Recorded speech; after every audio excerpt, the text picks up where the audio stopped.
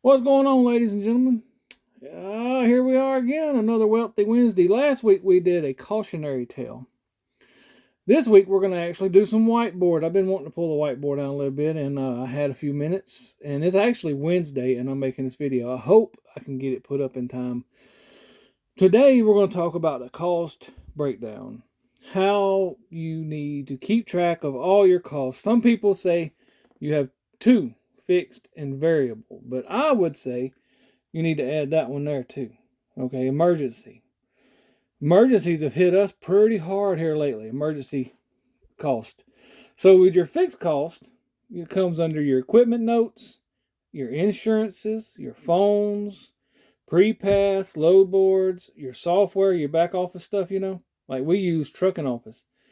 Your compliance, we use OIDA, ELD, Keep Trucking, which I like them. On ELD, let me throw in this little side note. Big roads, Fleet Complete, get away from them. They still trying to charge me from a year ago, and I have it handled. They even called me on Thanksgiving Day saying I owed them money, and I didn't. I sent them all the proof where I canceled. I'm not going to get on that. Anyway, try to get away from big roads. And your accountant fees.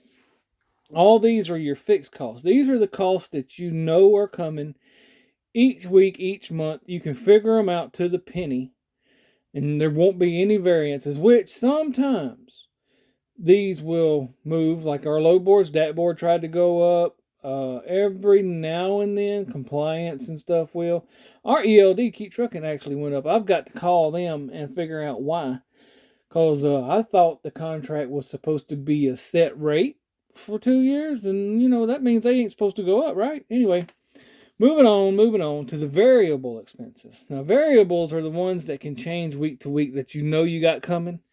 That's how I define it. The ones you know are coming. That's why I added a third category, emergency, because those are the ones that you don't know are coming.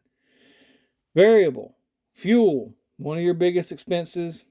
Find you a good fuel card with a good discount and try to stay consistent with them.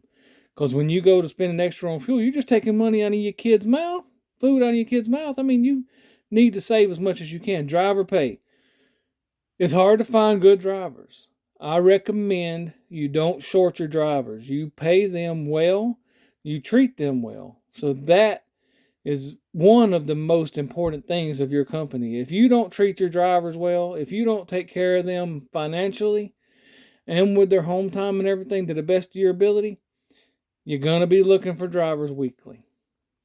Scales, cat scales or whatever, those you never know. It's a small expense, but hey, all the small expenses add up to the biggies. At the end of the week, they all add up to your total cost. And you want to keep that cost down as low as possible, because if you can't raise your rates, lower your cost. That's the way it goes. And one day these good rates might go to the wayside and we'll be stuck trying to manage our cost.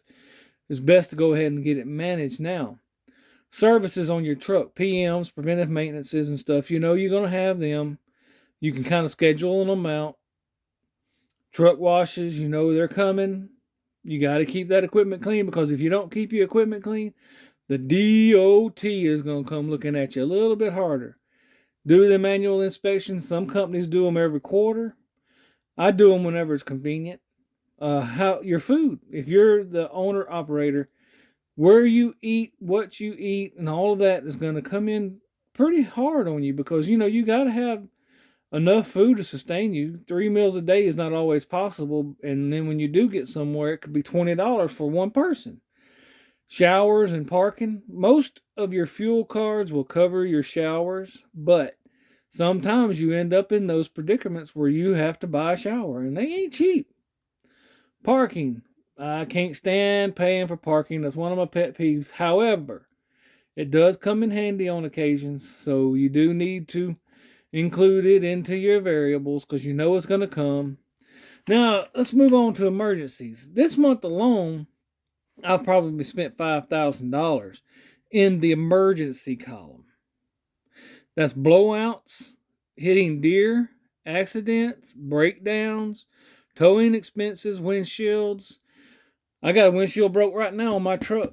A guy come off the ramp with muddy tires on a dually, ripped right out in front of me and peppered my truck with rocks. It annoyed the crap out of me. We had a tire blow. I had a steering tire I had to replace. We had 2 deer hits, one on each truck. You know, things happen, and the emergency side of the cost means that you need to have either a separate account or a spot on your account. Say, like, if you've got $10,000 in the bank, that $10,000 needs to be your zero, just in case something comes up here. But with the price of new engines, your breakdowns can go way higher than that. If you need to have 30,000, and that needs to be your new zero, because these DD15s are costing at least 30 to rebuild at a quality mechanic. There have heard rumors that some people are doing them cheaper. I would recommend you hold off and go to a reputable mechanic service to get your work done.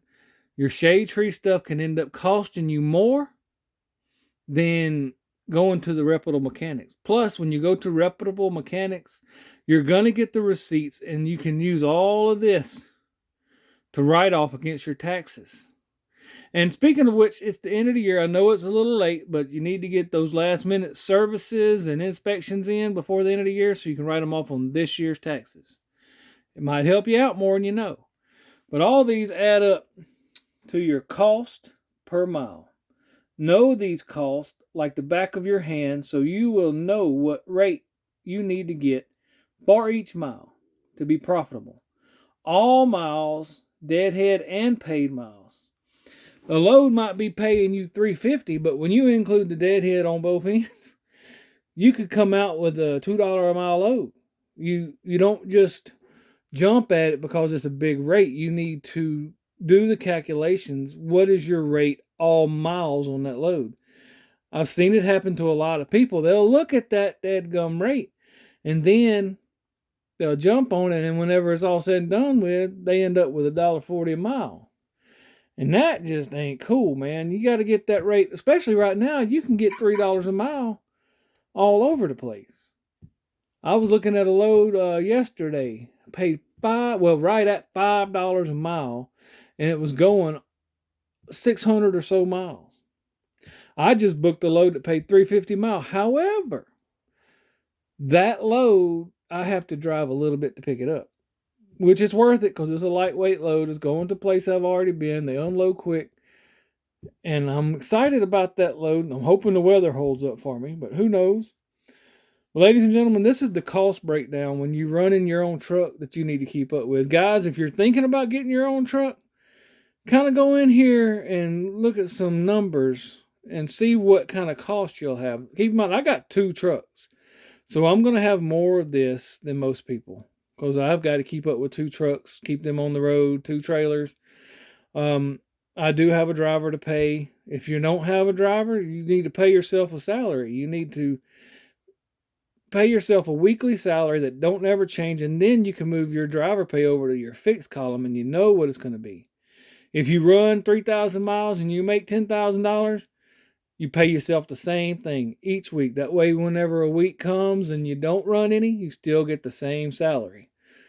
And then the business is able to live separately from your personal finances. That's just my take on it. That's how I run things. And that's kind of why I make these videos, so that y'all guys and gals can see what we do on this end. And anyway, that's going to be all for today. I just wanted to do a little whiteboard for you and talk about expenses. Next week, we'll dive into something else. I don't know what it'll be, a cautionary tale or another breakdown. Maybe it's going to be how to figure your profits. Who knows? God bless. We'll catch you on the next ride.